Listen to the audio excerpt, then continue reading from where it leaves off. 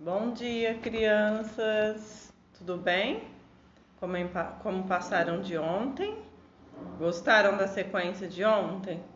Hoje nós vamos dar continuidade, mais uma sequência da apostila. Hoje nós vamos falar de uma outra profissão, né? Nós já conhecemos algumas, mas hoje nós vamos abordar uma profissão que eu tenho certeza que vocês gostam muito. Hoje nós vamos fazer da página 160, 169. Hoje é dia 15/12 de dezembro de 2020, né? Faltam poucos dias para o Natal. Peguem a apostila ângulo, né? 4, estojo, escolha o lugar, ouça, né? Primeiro a aula. Pode estar fazendo. Tem gente que gosta de estar primeiro assistindo tudo e depois vai fazer. Tem gente que pode estar parando e fazendo cada atividade, ouvindo a história e fazendo. Aí cada um faz a sua maneira, certo? Então vamos lá para a página de número 160. Como eu disse, hoje nós vamos falar de outra profissão. Então tá como título: Profissão Contador de Histórias, né? Todos nós contamos histórias. A professora na sala de aula conta história todos os dias, mas eu não sou uma contadora de história, né? Por quê? Porque essa profissão, ela precisa de ter uma formação, assim como as outras profissões também. Então, existem pessoas que fazem curso, né, para saber como contar corretamente, parar nos pontos, usar de certos materiais para poder contar. Então, assim, ela é também uma profissão. Ela investe nisso, né? Então, ela só fica somente para contar histórias. Tem uma muito famosa que eu sigo no Instagram, que ela até já postei mais de dois vídeos dela, que ela chama Fafá Conta, né? Então, ela é uma contadora de história que investe, né? Investiu, fez cursos, se profissionalizou para poder ser contadora de história. Diferente da Pro que conta a história todos os dias, né? A professora lê a história de um livro, ela já utiliza de outras maneiras, de outros métodos com o que ela aprendeu na sua formação, tá? Então eu vou ler o parágrafo. Você já ouviu falar da profissão contador de histórias? A prática de contar histórias é muito antiga e atualmente há profissionais que se aperfeiçoaram nessa arte. Você já ouviu alguma história contada por um contador de história profissional? Como a Pro disse, eles vão se aperfeiçoando, quer dizer, estudando, participando, né, de vários cursos, para cada vez estar aprendendo mais, para poder elaborar de certa forma e contar histórias. Eu já tive a oportunidade de estar vendo em Mococa, uma pessoa que é realmente contadora de história. Ela só tem essa profissão aqui e ela vai em todas as escolas da rede, das escolas particulares, para contar a história para as crianças. E é muito legal, né? Então, de olho no texto. Acompanhe a leitura do texto pelo professor. Hoje a gente vai ler um texto que a gente já conhece um pouco da história, né? É uma história bem conhecida, mas assim, ela vai ser um rei-conto, né? A pessoa que rei-conta, ela lê a história original, né?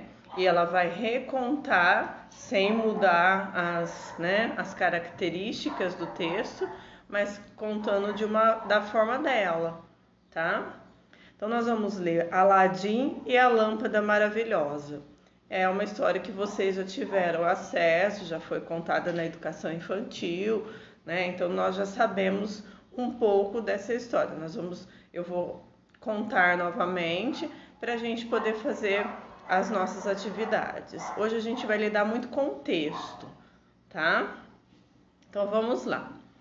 Aladim e a Lâmpada Maravilhosa. Aladim era um rapaz pobre que não tinha pai. Um dia apareceu na sua cidade um mágico. Esse mágico era muito mau caráter. Fingiu que era o tio de Aladim e fez o rapaz ir buscar no fundo de uma caverna uma lâmpada que era mágica. Então aí eu tenho o Aladim, né, na caverna, segurando a lâmpada mágica. Aladim, ele não tinha pai, né? E de repente apareceu uma pessoa falando que era seu tio, mas não era, era um homem que tinha, quando fala mau caráter, é que é uma pessoa que não é uma pessoa boa, né? E fez com que ele fosse buscar essa lâmpada no fundo da caverna, né? Na realidade, esse falso tio já tinha uma intenção, tá? Vamos para a página 161 para a gente continuar a história. Na hora de sair da caverna, os dois se desentenderam e o mágico prendeu Aladim na caverna, com lâmpada e tudo. Mas o mágico esqueceu que tinha dado a Aladim um anel mágico. Com ele, Aladim conseguiu sair da caverna e foi para casa, levando a lâmpada maravilhosa. O mágico foi para a África, pensando que Aladim tinha morrido. Um dia, Aladim descobriu que esfregando aquela lâmpada velha, de dentro dela saiu um gênio, que era capaz de fazer tudo o que o dono da lâmpada mandasse. Aladim e sua mãe eram pobres, mas durante muito tempo ele só pedia ao gênio o que precisava, e os dois continuaram vivendo modestamente. Um dia, Aladim viu a filha do sultão, que era uma espécie de rei daquele lugar. A filha do sultão era lindíssima e Aladim ficou apaixonado por ela. Mas para casar com a filha do sultão era preciso ser muito rico. Aladim então chamou o gênio. Pediu roupas, castelos, joias, ouro, cavalos, presentes para o sultão, nem sei mais o que. O sultão consentiu o casamento e Aladim e a princesa foram felizes durante muito tempo. Mas o mágico, que tinha ido à África, descobriu que Aladim estava muito vivo, casado com uma princesa e dono de um castelo. Viu logo que isso só podia ser coisa do gênio da lâmpada e o mágico ficou furioso, né? Na realidade, Aladim acabou ficando com a lâmpada. Tinha uma vida modesta, né? Ele só pediu o que precisava, mas quando ele ficou sabendo da princesa, que é a filha do sultão, ele foi, porque para casar com a filha do sultão precisa ter bens, né? Então ele foi pedindo para roupas, né? Riquezas para ele poder conseguir casar. E ele casou com ela, né? E foram felizes por algum tempo. Só que aí o que aconteceu? O mágico acabou descobrindo que o Aladim tinha se casado com a princesa, que estava bem, né? E acabou ficando furioso, porque ele achou que o Aladim havia morrido. Agora vamos para a página de 162, que não terminou o texto. Então, ele inventou um plano para tomar Aladim a lâmpada maravilhosa. Esperou um dia em que Aladim estava viajando, disfarçou de mercador e passou pelo castelo gritando como fazia os vendedores de rua. Lâmpadas novas, troco lâmpadas novas por lâmpadas velhas. A empregada do castelo, quando ouviu aquilo que não teve dúvida, pegou a lâmpada de Aladim, que era velha e manchada, correu e trocou por uma nova, certo de que estava fazendo um grande negócio. Quando Aladim voltou, não encontrou no castelo nem princesa, nem lâmpada, nem nada. Lembrou-se então daquele anel mágico que ele, no começo da história, tinha livrado Aladim da caverna. A mágica desse anel não dava para trazer o castelo de volta com a princesa dentro, mas deu para levar Aladim até o castelo. No castelo, Aladim combinou um plano complicadíssimo com a princesa e os dois conseguiram dar um veneno ao mágico. E voltaram com o castelo, com riqueza, com lâmpada e tudo. E parece que então foram felizes para sempre. Na verdade, nem sei se foram felizes para sempre, que sempre é tempo demais. Mas foram felizes por muito, muito, muito tempo. Ruth Rocha, Aladim e as Lâmpadas Maravilhosas. Está no livro História das Mil e Uma Noites, São Paulo, a editora Moderna, no ano de 2020, nas páginas 15 a 20. Então, o que aconteceu, né? Assim que o Aladim descobriu que havia trocado a lâmpada, né? Que a empregada deu achando que estava fazendo um grande bem para ele, né? Trocando a lâmpada, na realidade é a velha que funcionava. Ela deu para o mágico. Ele acabou perdendo tudo, mas elaborou um plano com a princesa, porque ele tinha ficado com o anel, né? Deu veneno para o mágico e conseguiu reconstruir tudo de novo, né? A princesa, suas riquezas, e fala que eles foram felizes por muito tempo. Aqui na realidade, feliz por muito tempo, ele ainda colocou, é tempo demais, mas foram felizes por muito tempo.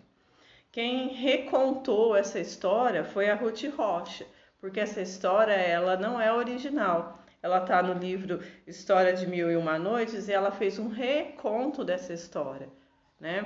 Ou seja, ela manteve as características da narrativa, mas isso aqui é um reencontro, tá? Nós já conhecíamos um pouco também da história, né? Eu espero que vocês tenham relembrado. Agora nós vamos para a próxima página para o trocar ideias, né? E depois vai ter mais alguns outros textos para a gente diferenciar. Trocar ideias 1. O que você achou da história que acabou de ler?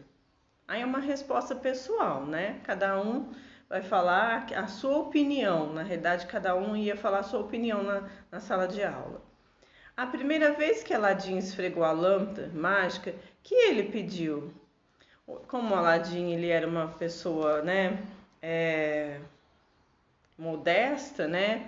Ele pediu, ele pediu somente o que ele precisava. Ele não pediu riquezas. Primeiramente, ele somente pediu o que ele precisava, né? O que levou Aladim a esfregar a lâmpada mágica novamente pedindo roupas, castelos, joias e ouro? O que levou? Se primeiro ele fez só um pedido do que precisava, o que fez ele mudar de ideia e pedir roupas, castelos, joias? O que ele queria?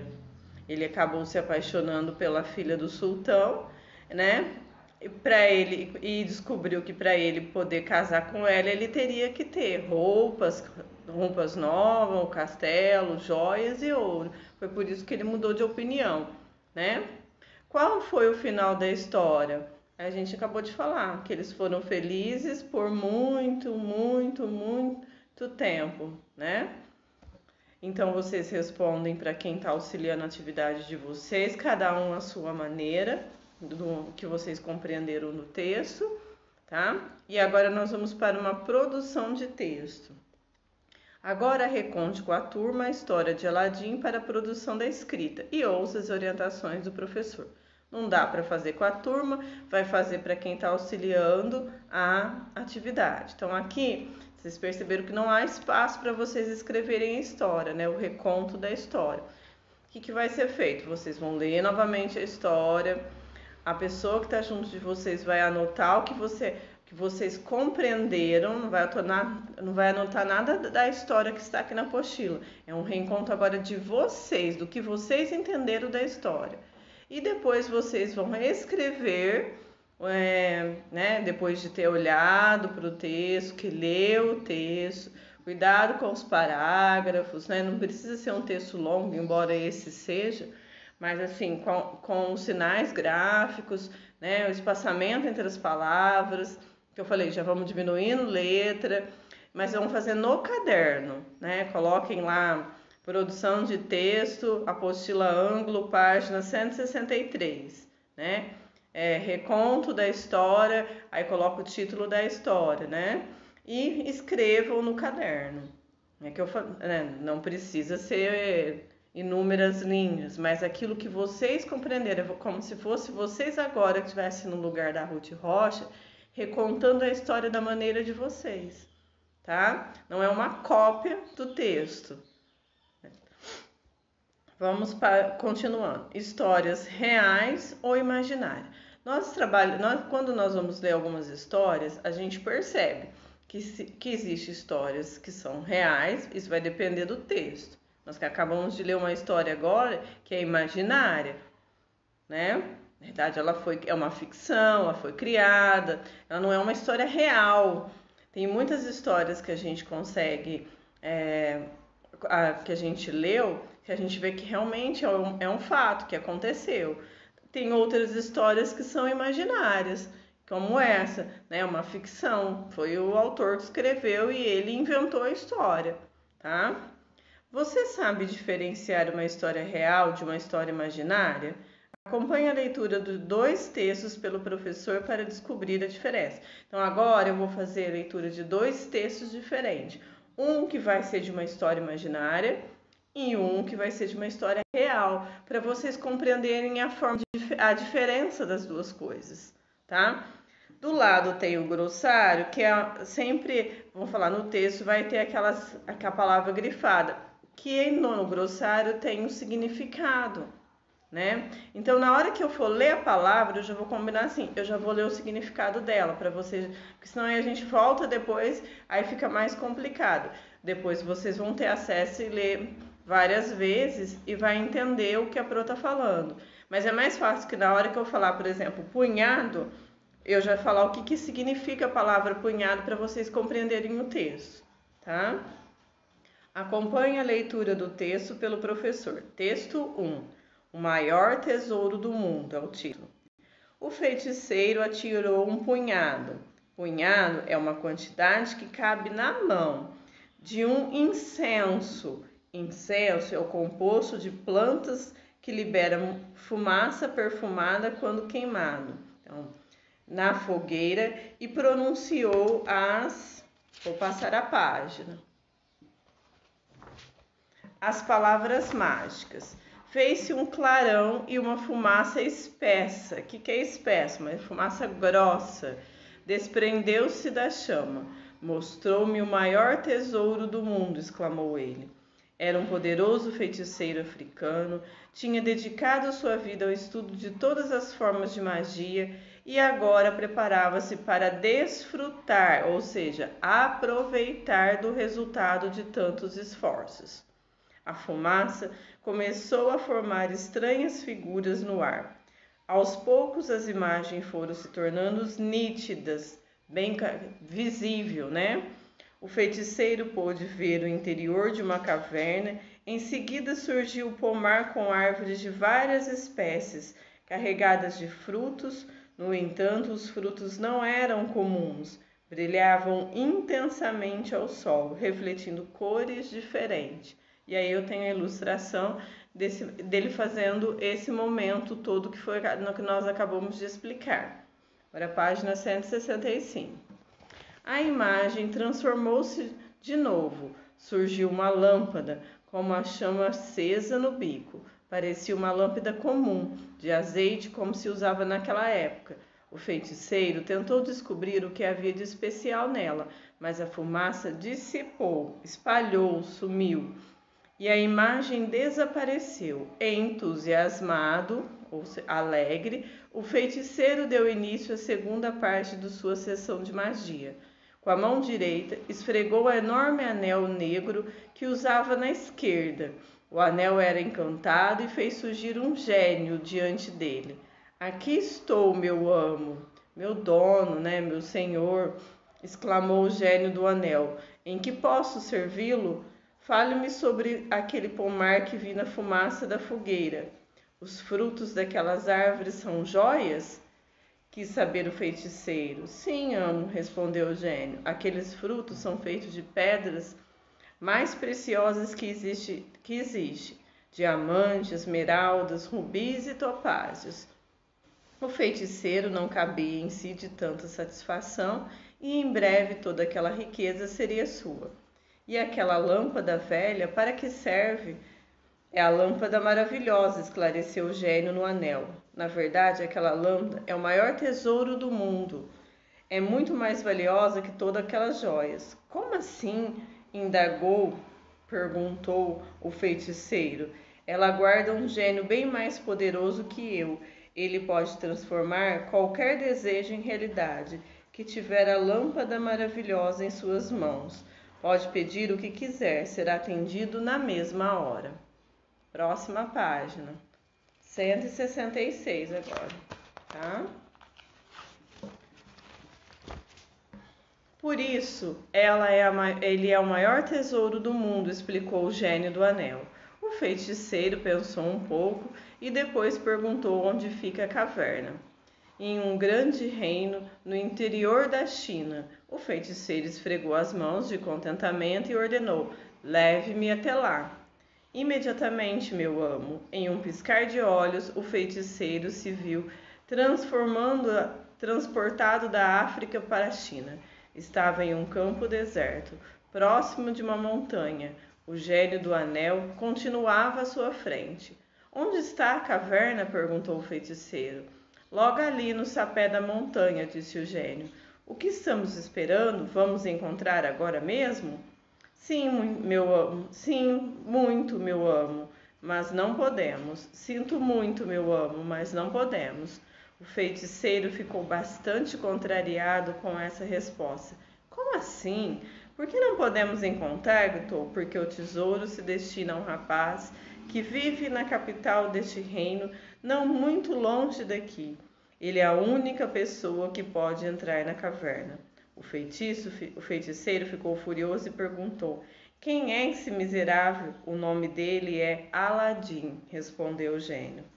Então aqui foi tirado o maior tesouro do mundo, também daquele livro, Aladim, a Lâmpada Maravilhosa, reconto de Edson Rocha Braga, não é mais da Ruth Rocha, já é um reconto de outro autor, né? São Paulo, Scipione, 2001, páginas 5 e 6 da série Reconto Infantil.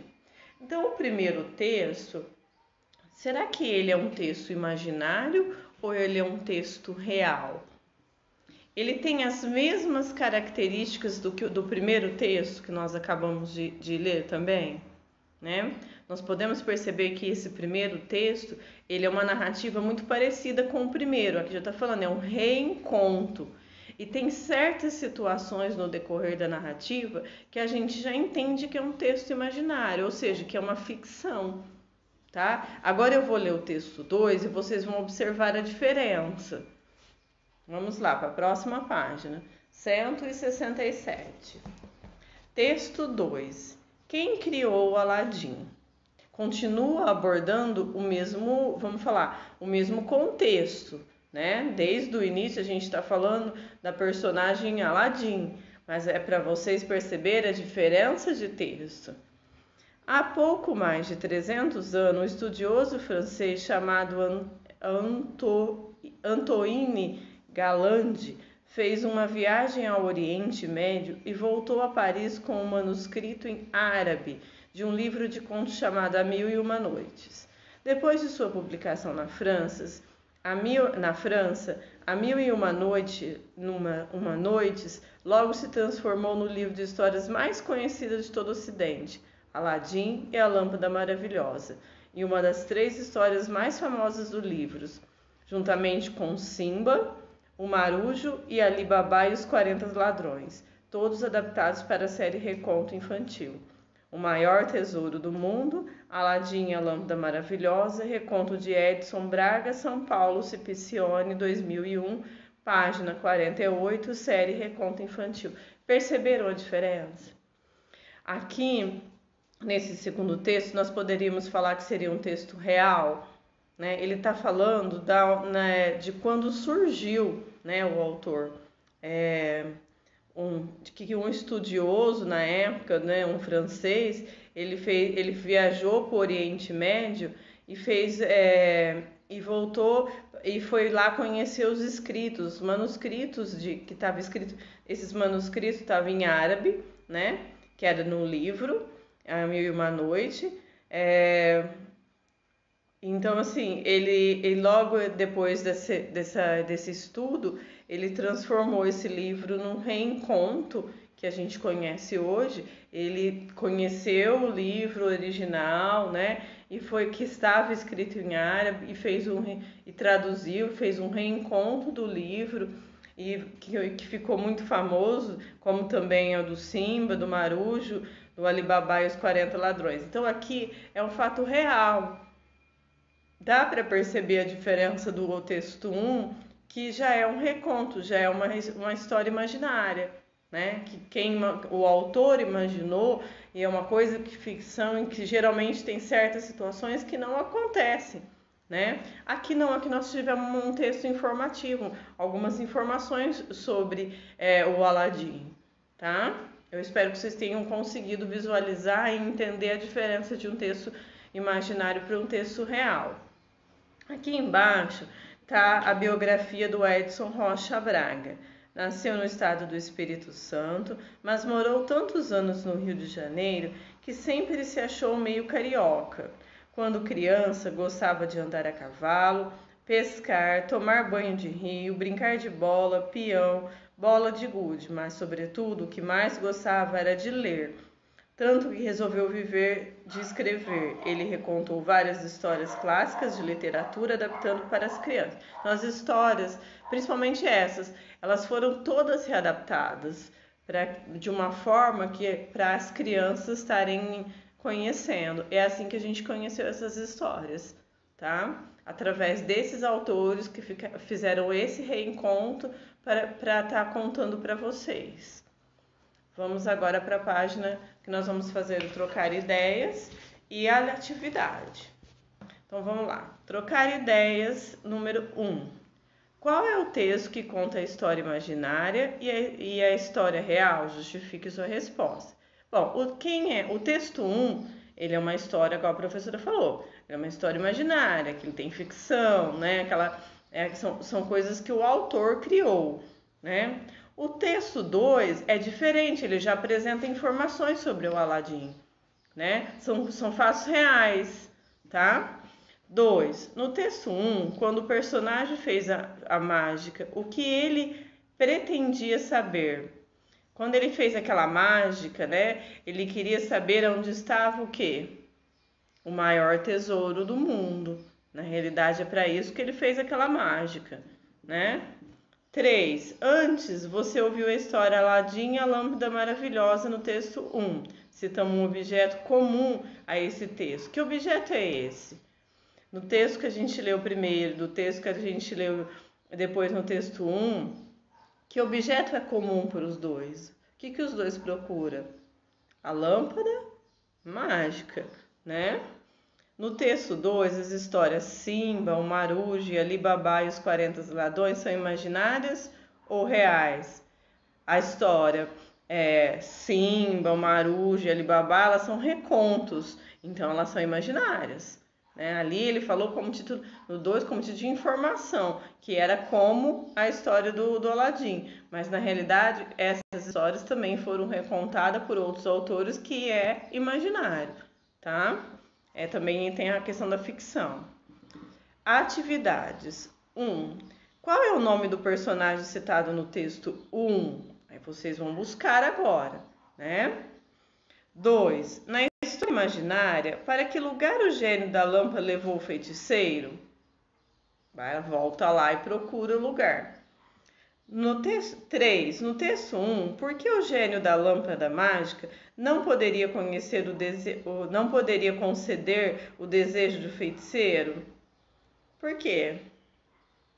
Vamos lembrar que o feiticeiro ele queria todo o tesouro que estava na caverna, mas esse tesouro já pertencia para um dono, né? Lembra?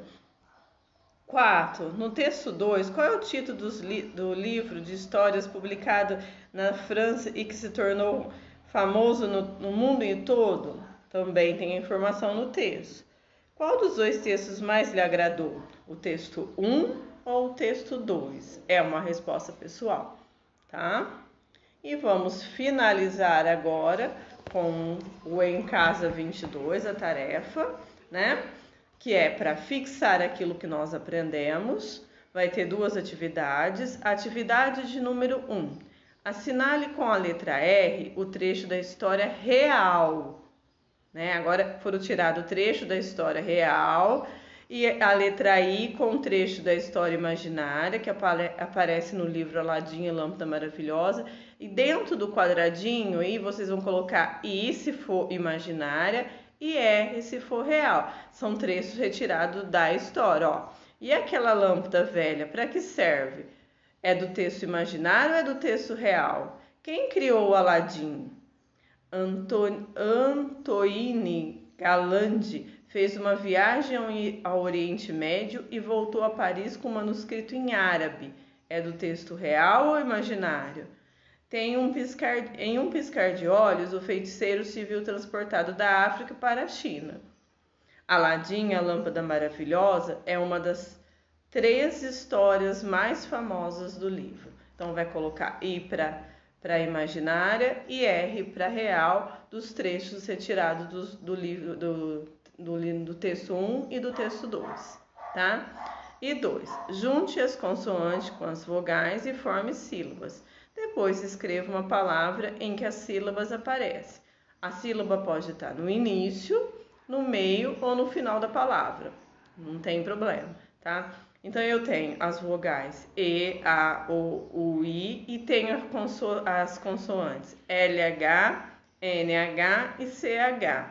Então a forma LH, Lê, Lhá, Lhô, Lhu, Li. Aí vocês vão escrever palavras que têm a sílaba.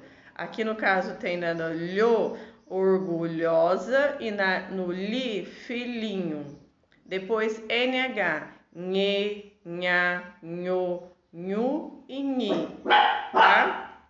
No caso eu já tenho sonho, punho, e companhia, punhi, né? CH, Xe, Chá, Xô, Chu e Xi. Então eu já tenho a chave pro chá, aqui só a chave. E vocês vão escrever outras palavras com essas sílabas, certo? Eu espero que vocês tenham compreendido. Foi uma sequência diferente, a gente nunca havia trabalhado com textos assim, mas é para a gente tá aprendendo a diferenciar, né? E também nós conhecemos uma antiga profissão, que é contador de histórias, que a gente acha que não é profissão, mas é, né? Então, várias coisas nós conhecemos nessa sequência. A Pro está à disposição para quem tiver alguma dúvida. Eu vou agora para o Pequeno Príncipe. Hoje, o capítulo também é curto. Nós vamos para o capítulo, a Pro vai no livro aqui, né? A Pro vai no capítulo... Deixa eu passar aqui. Peraí. Falo que a Pro agora com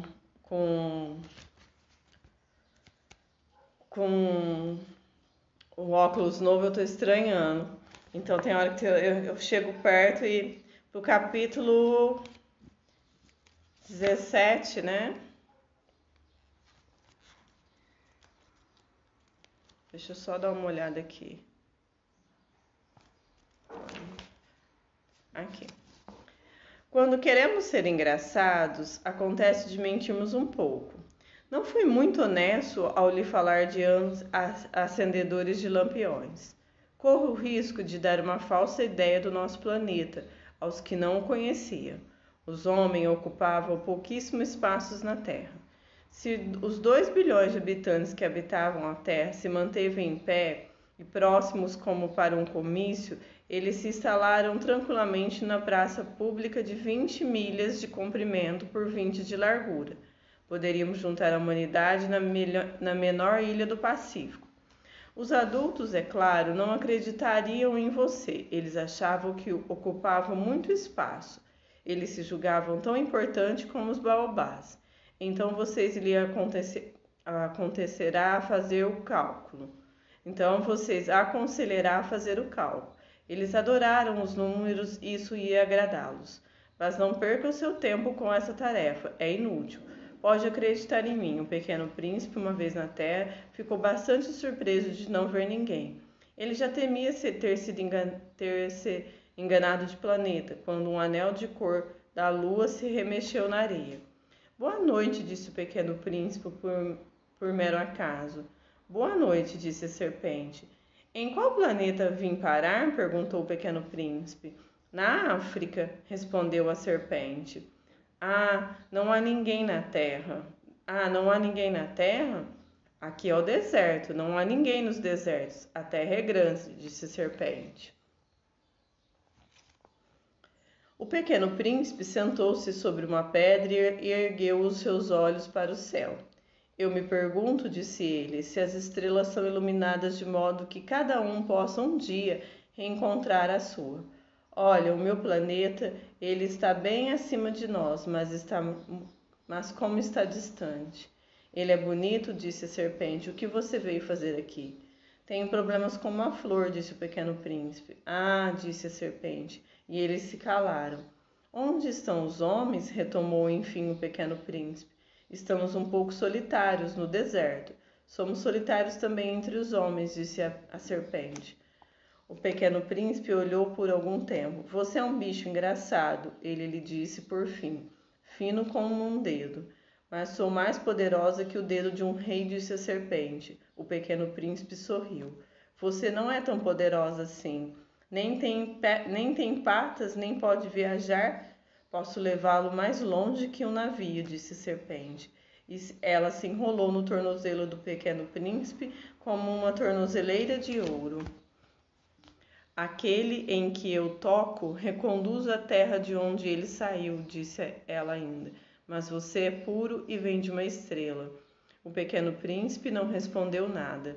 Sim, sinto pena de você, tão fraco nessa terra de granito. Posso ajudá-lo um dia se você sentir muita saudade do seu planeta. Posso? Oh, entendi tudo, disse o pequeno príncipe. Mas por que você fala sempre por enigmas? Eu resolvo todos eles, disse a serpente, e eles se calaram. Você é um bicho engraçado, ele disse por fim, fino como um dedo. Então, nesse capítulo, o pequeno príncipe ele está onde? No deserto, né? E no deserto, geralmente ele não vai encontrar pessoas, ele encontrou uma serpente. E houve aí um diálogo entre ele e a serpente, e ele fazendo sempre os seus questionamentos, indagando, sempre perguntando, né? E ele vai continuar agora a explorar o planeta Terra, né? No próximo capítulo, que é o capítulo 18, desculpa. Ele vai agora continuar ainda no planeta Terra, né? Porque ele está conhecendo o planeta grande e ele está bem no deserto e na realidade ele procura pessoas, né? Conhecer novas pessoas, outros lugares. E como ali no deserto ele não encontrou ninguém, somente a serpente, houve um diálogo. E agora amanhã a gente vai ler mais um capítulo que é bem curtinho e que ele vai continuar essa exploração pelo planeta Terra, tá? Espero que vocês tenham gostado, embora seja curto. São capítulos curtos, né? Que a gente vai ler cada dia um. E no final, que eu falei, a gente vai conversar sobre todo o livro. Depois eu vou disponibilizar a história, né? Vamos falar o filme, para a gente poder compreender melhor. O filme tem algumas adaptações diferentes do livro que eu já assisti, mas dá pra gente compreender depois que terminar o livro tudo que foi passado, tá? Eu espero que vocês tenham gostado. Um bom dia e qualquer dúvida, a Pro tá à disposição. Um beijo, tá?